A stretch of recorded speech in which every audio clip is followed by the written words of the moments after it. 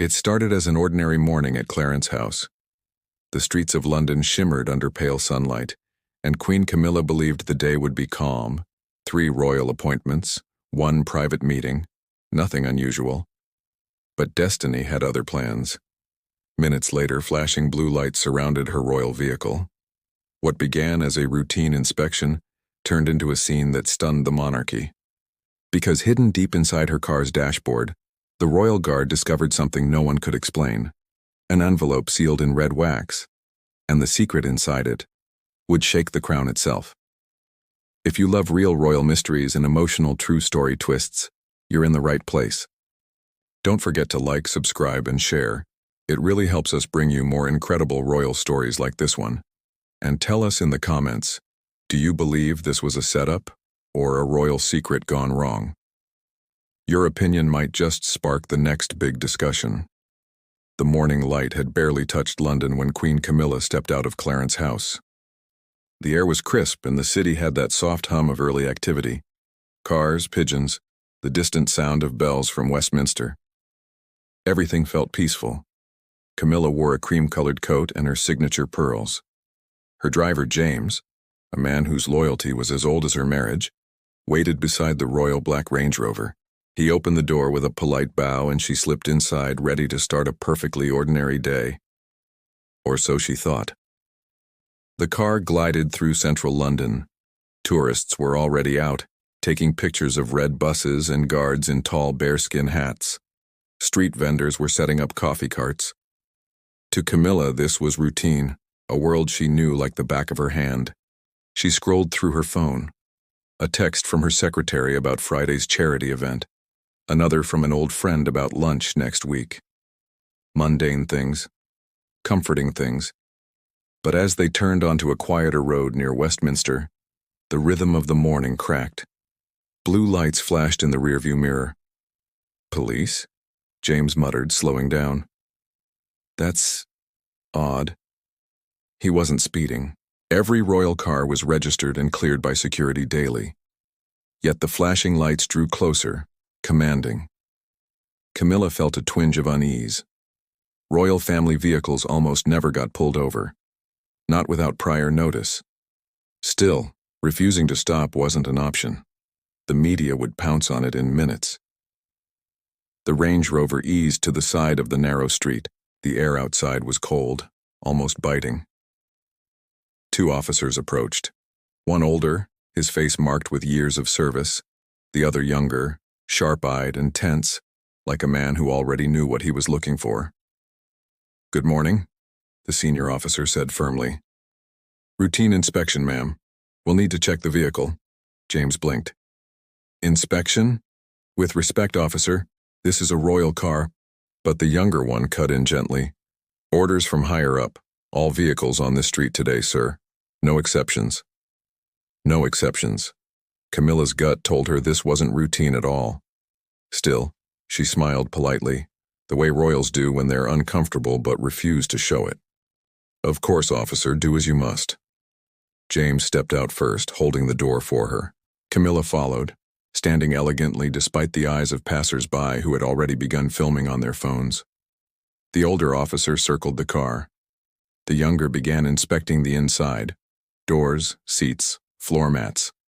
His movements were too deliberate, too careful. Camilla folded her arms, shivering slightly. The wind carried whispers from the small crowd that had gathered. Is that really the Queen Consort? What's happening? James kept glancing at her, nervous but silent. He took pride in that car. He checked it every morning himself. There was nothing wrong with it. There couldn't be. But then, the younger officer paused at the dashboard. His gloved fingers pressed along the edges, tracing every seam. A faint click. Something shifted. Camilla's breath caught. He pressed again. The panel popped open. A small compartment. Hidden. Modified. Inside it lay an envelope. Ivory paper, sealed with red wax marked by an old, ornate crest. The officer carefully lifted it out and turned to his superior. "Sir, you should see this." The older man frowned, examining the wax. "What's this doing in a royal car?" Camilla stared pale. I've never seen that before in my life. The crowd's murmurs grew louder. Phones lifted higher. The moment was already spreading. "Ma'am," the senior officer said gravely, "we'll need to document this. May we open it?" Camilla hesitated, her voice firm but calm. "If you must. I've nothing to hide." The seal broke with a soft crack. Inside were several folded sheets. The officer unfolded one and froze. Whatever he saw drained the color from his face. He read another page, then looked at Camilla. "Ma'am, these are restricted government documents." Silence. Even the street seemed to pause. Camilla's heart thudded once hard. "Government documents? That's impossible." The older officer straightened, his tone more official now. "We'll need you to come with us to the station, ma'am. You're not under arrest, but we have serious questions."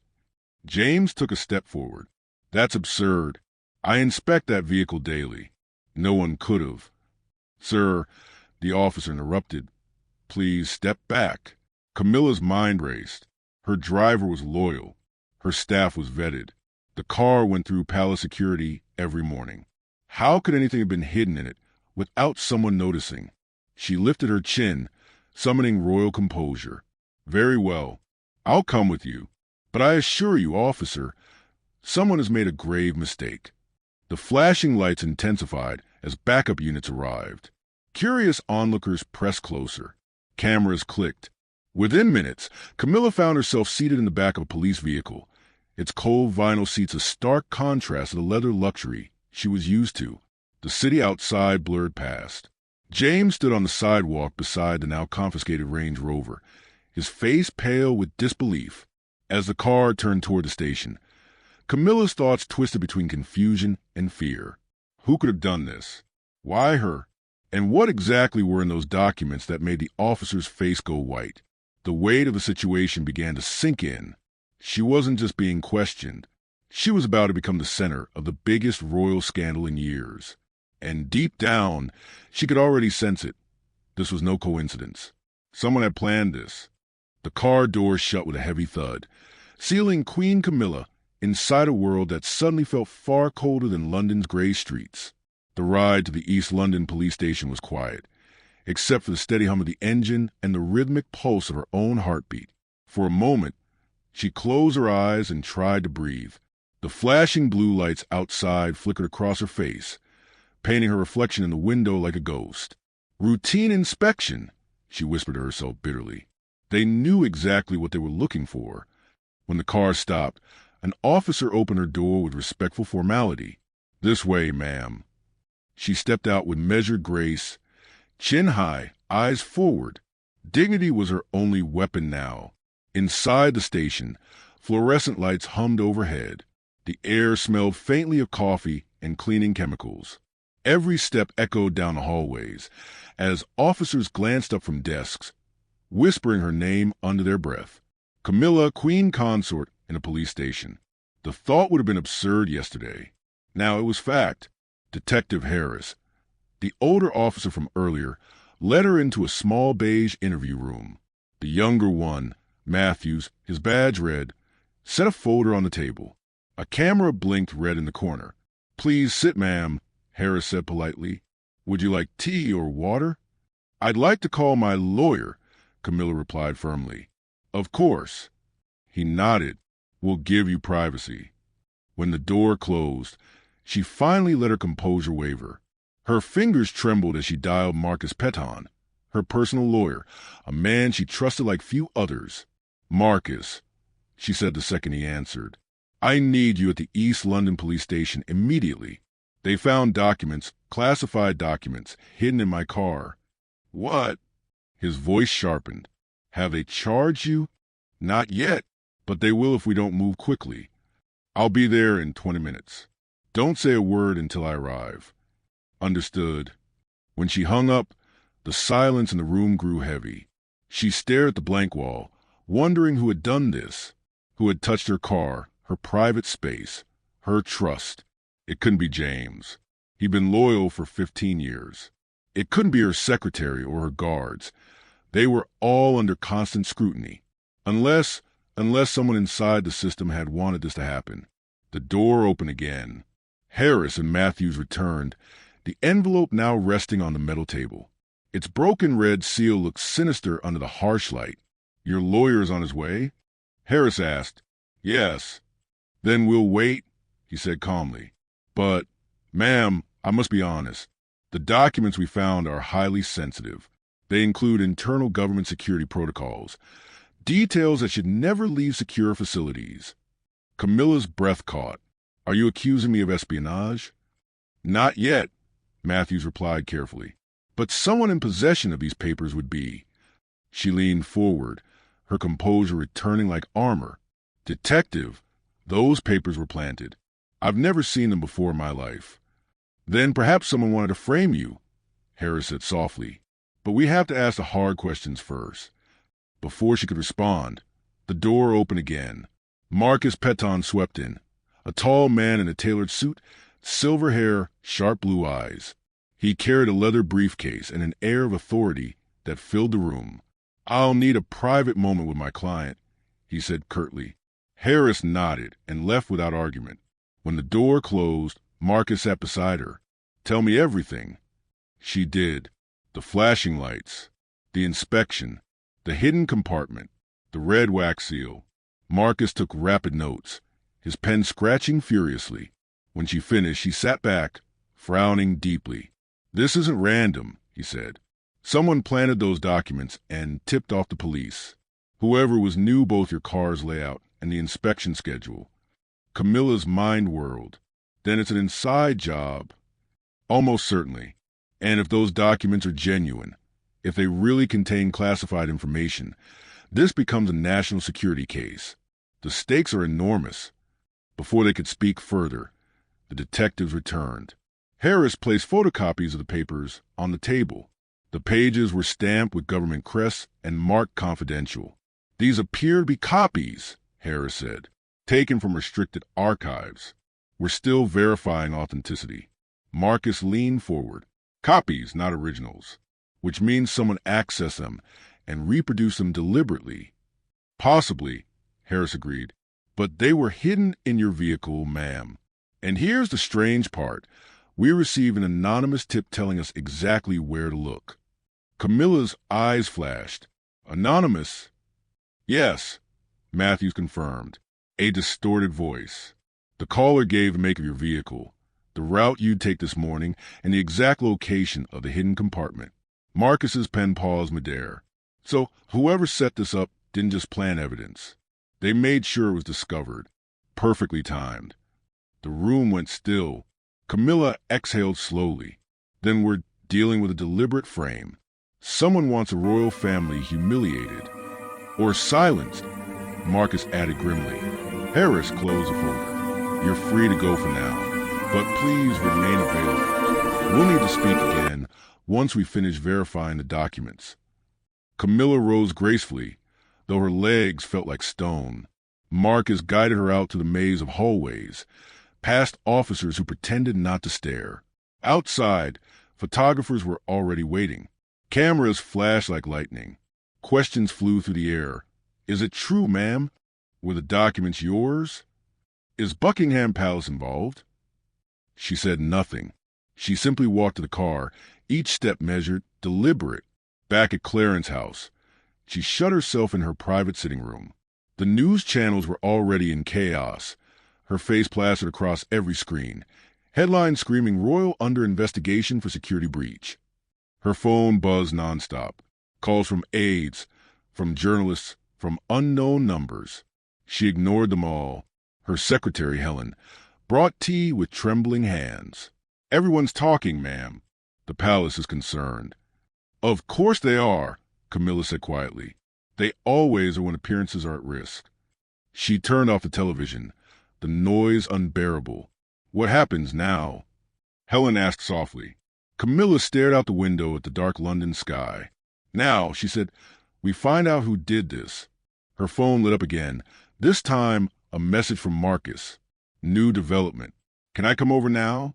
Camilla typed back, "Yes, use the private entrance." 20 minutes later, Marcus arrived, his usual composure slightly frayed. I've spoken to some contacts, he said, setting his briefcase on the table. The documents were stolen from a government database 3 weeks ago. The theft was internal, not a hack. Someone inside the government, Camilla murmured. Exactly. And they needed someone high profile to take the fall. He handed her a folder.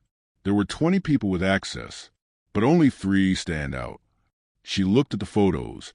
David Thornton, Deputy Security Director. Sarah Chun, Intelligence Analyst. Andrew Blackwood, Communications Director.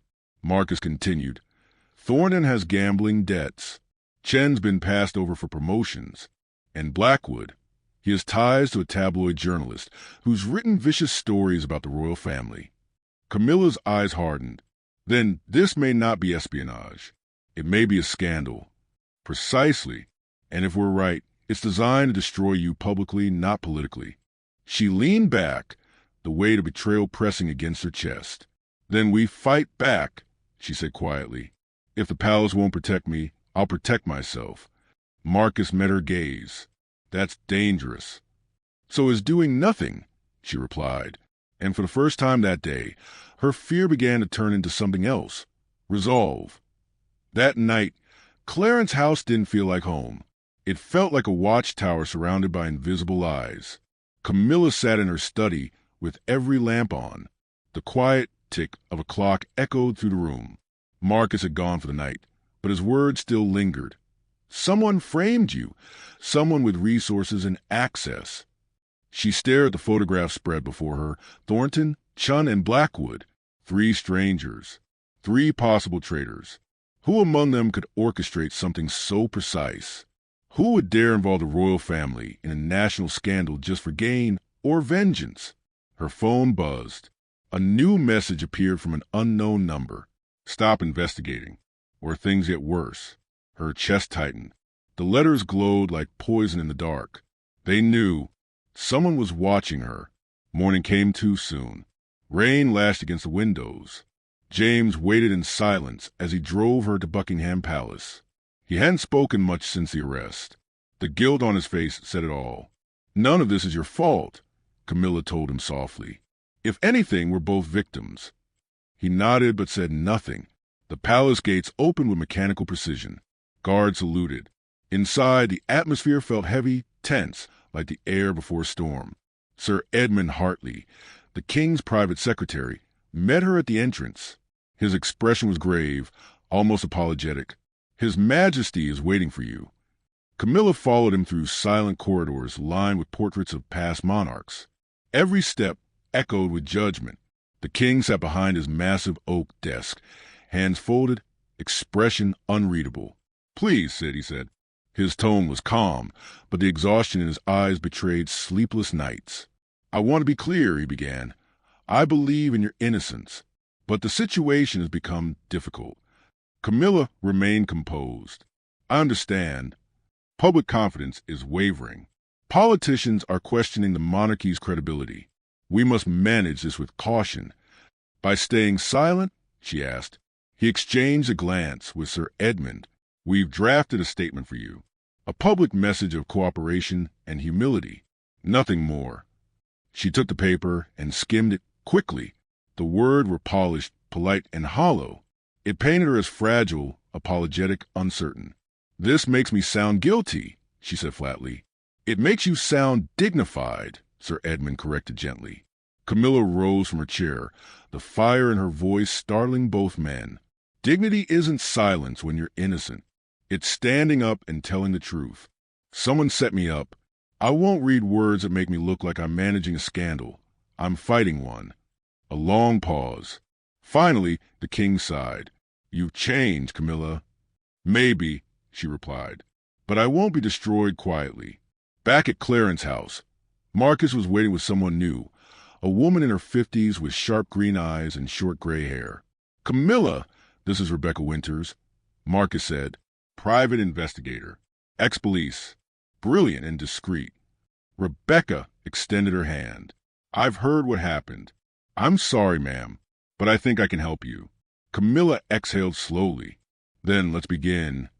Rebecca spread her laptop and folders across the table. I've started digging into your 3 suspects.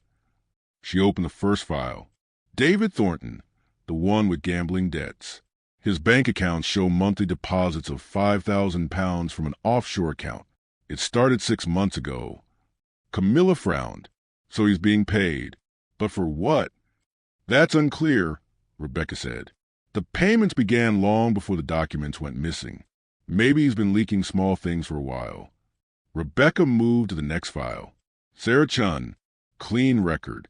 No suspicious finances. She complains about her job online, but nothing that screams conspiracy. She's frustrated, not criminal. Camilla nodded. And Blackwood? Rebecca's eyes narrowed. That's where it gets interesting. He's been meeting regularly with a journalist. Peter Ashford from the Daily Chronicle. The same paper that's been attacking you for months. They meet every Thursday night at a pub in Westminster. Camilla's pulse quickened. Tomorrow is Thursday. Yes, and I plan to be there. You? Not me personally, Rebecca said. My team, former police officers. They'll blend in, record everything. If there's a link between Blackwood and Ashford, we'll find it. Camilla hesitated. If we get caught investigating them, it could backfire. Rebecca smiled faintly. If we don't, you'll stay the villain. Sometimes the only way to win is to take a risk. Camilla nodded. Then let's take it. Thursday evening came wrapped in cold rain. London streets shimmered under the orange glow of street lamps. Rebecca sat in a van across from the King's Arms pub, headphones on, eyes fixed on a monitor. Her 2 operatives, Martin and Sarah, sat inside the pub pretending to be a couple. Hidden microphones in their coats streamed every word to her laptop. Target entering now. Martin's voice whispered. Male, gray suit, late 30s. Briefcase in hand. Rebecca watched through the small camera feed as Andrew Blackwood stepped through the door, shaking off his umbrella. He scanned the crowd, then spotted his contact, a man in a leather jacket, sitting in the corner booth. Peter Ashford. Second target confirmed, Sarah murmured. They're sitting at booth 7, moving closer. Rebecca turned up the audio. At first, only background chatter filled her ears. Clinking glasses, football commentary from a TV. Then their voices cut through the noise. Her press conference backfired, Blackwood said, his tone tense. She's not backing down. Ashford chuckled. Bold move for a royal, but it doesn't matter. We've already won. Rebecca leaned closer. The plan was supposed to work faster, Blackwood muttered. The police find the evidence, arrest her, and the scandal does the rest. But now she's fighting back. She's investigating us. Relax, Ashford said casually. She won't find anything. We covered every track. The phone call that tipped off police? Untraceable. Bought the burner with cash. Use a voice distorter. There's no way they'll connect it. Rebecca's pulse spiked. This was it. The confession she needed. What about Thornton? Blackwood asked. He's been nervous. He won't talk. He's being paid $15,000 a month now. That keeps him quiet and desperate. Rebecca's pen froze midair. $15,000. Thornton's mysterious deposits suddenly made sense. Once this dies down, Ashford continued, we'll release another batch of documents. Keep the fire burning. Make her look guilty all over again. And the originals? In storage. Safe location. Under a false name. Rebecca's voice trembled as she whispered into her mic. We've got them. Every word. But before her team could celebrate, Martin's voice cut through the line. We got a problem. Someone recognized Ashford. A woman confronting him. Rebecca looked at the live feed. A tipsy woman in a red dress stood by the booth, shouting, You owe me money, Peter. You still haven't paid. Ashford hissed, Not now. Blackwood grabbed his briefcase and slipped out the door, disappearing into the rainy street. Rebecca made a split-second decision. Martin, stay with Ashford. I'll follow Blackwood. She started the van and merged into traffic, headlights slicing through the rain. Blackwood walked fast, glancing over his shoulder, heading toward Westminster Station. Then, suddenly, he stopped beneath a street lamp, pulled an envelope from his coat, and tore it open. Rebecca zoomed in with her camera. His face went pale. He read whatever was inside, then stuffed the envelope into his pocket and hurried away. She couldn't follow him underground. It was too risky, but she had photographs, recordings, names, and times. The entire web was unraveling. That night, Rebecca burst into Camilla's sitting room, soaked from the rain but alive with adrenaline. "We got it," she said breathlessly. Their voices, their plan, everything. They admitted planting the evidence and paying Thornton. Camilla rose slowly, disbelief and relief warring inside her. "You're certain?" Every word is recorded. Marcus, who had arrived moments earlier, stared at her in awe. That's enough to turn the investigation on its head. Camilla exhaled, trembling. For the first time in weeks, hope flickered like light through the fog. "Then it's time," she said softly. "Let's bring the truth to them." Rain still fell over London when Rebecca Winters walked back into the East London police station. She carried one flash drive, a single folder, and the weight of the truth. Detective Harris looked up from his desk when she entered. His eyes widened. "Ms. Winters." "I have something you need to hear," Rebecca said. Minutes later, the audio played across the small room, the unmistakable voices of Andrew Blackwood and Peter Ashford. Their words were clear, calm, cold. They talked about planting documents, paying off an insider, and framing Queen Camilla for the scandal of the decade. When the recording ended, the room went silent. Harris rubbed his temples. "Good God, we've been chasing the wrong people." "You have to move fast," Rebecca said. "They're planning another release. More forged evidence." Harris stood abruptly and called for his partner, Officer Matthews. "Get a team. Warrants for Blackwood and Ashford. Now." Within hours, the arrest began. The Daily Chronicle's offices were raided. Blackwood was pulled from his Westminster flat, handcuffed under the flashing lights of waiting cameras. Ashford tried to run, but he was cornered near Victoria Station. By dawn, the conspiracy that had nearly destroyed the royal family was fully exposed. 3 months later, spring returned to London. The cherry blossoms along the Mall painted the city in pink and white. But inside the Old Bailey courthouse, tension hung heavy. Camilla sat in the public gallery beside Marcus. She was no longer the accused. She was the witness, the survivor. Below, the men who had framed her stood before the court. Andrew Blackwood, former communications director, and Peter Ashford, tabloid journalist turned manipulator. Both looked smaller now, stripped of arrogance, their designer suits replaced by drab gray. The prosecutor, Catherine Mills, stood at the front of the room, voice sharp and steady. These men conspired to steal government documents, plant them in a royal vehicle, and destroy the reputation of an innocent woman. For greed, for power, for headlines. She gestured toward the evidence. Recordings, photographs, bank statements, and the testimony of David Thornton, the insider who had confessed. Thornton's voice trembled as he took the stand. "They offered me £15,000 a month. I was drowning in gambling debt. I thought no one would get hurt. I was wrong." Camilla watched him closely. She saw guilt, regret, but also truth. He had done something unforgivable, yet his confession had helped bring justice. The defense tried to twist the story. They called it journalism gone wrong, claiming Ashford had been pursuing corruption, not causing it. But the jury wasn't fooled. For 2 weeks, the trial unfolded like a slow storm. Every new piece of evidence struck like thunder. Every cross-examination peeled away another layer of deceit. And then came the verdict. On a gray Tuesday afternoon, the jury filed back into courtroom. The air was so still that even the ticking of the clock sounded loud. On the charge of conspiracy to pervert the course of justice, the forewoman read, "We find the defendant Andrew Blackwood guilty." A murmur rippled through the room. On the charge of theft of classified documents, guilty. On all counts, guilty. She turned to Ashford. The same. Camilla felt the tension drain from her chest. Justice at last. Outside the courthouse, cameras flashed wildly. Reporters shouted questions, their voices clashing in the rain. Camilla stepped forward to a row of microphones. Her face was calm, her voice clear. Today, she began, justice has been served. The truth has triumphed over deceit. I wish to thank the Metropolitan Police, the prosecutors, and everyone who fought for that truth. She paused, scanning the crowd. This ordeal has taught me something invaluable.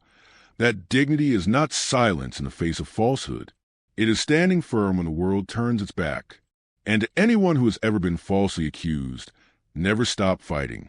The truth always finds light. The crowd went quiet. Cameras stopped clicking for a second, as if even the media knew this was not the moment to sensationalize. Marcus placed a reassuring hand on her arm as they turned to leave. That night, Clarence House glowed with soft light. A small dinner was held in quiet celebration. Marcus, Rebecca, Helen, and even James sat around the table. Champagne glasses sparkled. Rebecca smiled. You know, ma'am, I've worked many cases, but never one where the stakes were this high. You handled it better than most seasoned investigators. Camilla laughed softly. I had no choice. When life corners you, you either yield or you fight back. James raised his glass. To Her Majesty, the bravest client the truth ever had. They all laughed and toasted. For the first time in months, the air felt light again. Later that night, Camilla sat alone by the fireplace, the glow of the flames flickering against the window. The city outside was peaceful. She thought about everything she had endured, the flashing lights, the accusations, the endless headlines. It had all seemed like the end of her life as she knew it. But now she realized something deeper. It had been the beginning of a new one. The monarchy had changed because of this scandal. Inside palace walls, there were new discussions about transparency, about authenticity, about the value of facing the truth head-on. Camilla's defiance had set a new tone for the royal family. No more silence. No more scripted apologies for crimes not committed. Her courage had restored faith where there had been doubt. The next morning, she returned to her duties. A children's hospital visit, a charity luncheon. Cameras followed her again, but this time the stories were different. Crowds gathered not to question, but to cheer. People called her brave, strong, inspirational. At one event, an elderly woman approached her quietly. 40 years ago, the woman said, I was accused of theft at my factory. I lost everything. Watching you fight back gave me peace. Thank you, ma'am. Camilla's eyes softened. She reached out and took the woman's hand. We both know the power of truth, she said gently. That moment stayed with her. Weeks later, Sentencing Day came. Blackwood received 7 years in prison. Ashford, 5. Thornton, reduced to 3 for his cooperation. The Daily Chronicle paid millions in damages and issued public apologies on every platform. Camilla donated every penny of her settlement to charities helping those wrongly accused. By summer, the scandal had faded from headlines, but its legacy endured. At a royal garden reception, she stood among diplomats and dignitaries, the sun warm on her face. She wore pale yellow, her smile genuine. James approached quietly. Your car is ready, ma'am. Camilla looked around the gardens, the flowers, the laughter, the light, and smiled. Thank you, James. I'll be along soon. She turned once more toward the palace, her home, her stage, her battlefield. She had faced public humiliation, betrayal, and the full machinery of scandal. And yet, she stood taller than ever, stronger, wiser, unbroken. Because in the end, truth wasn't just her defense. It was her crown.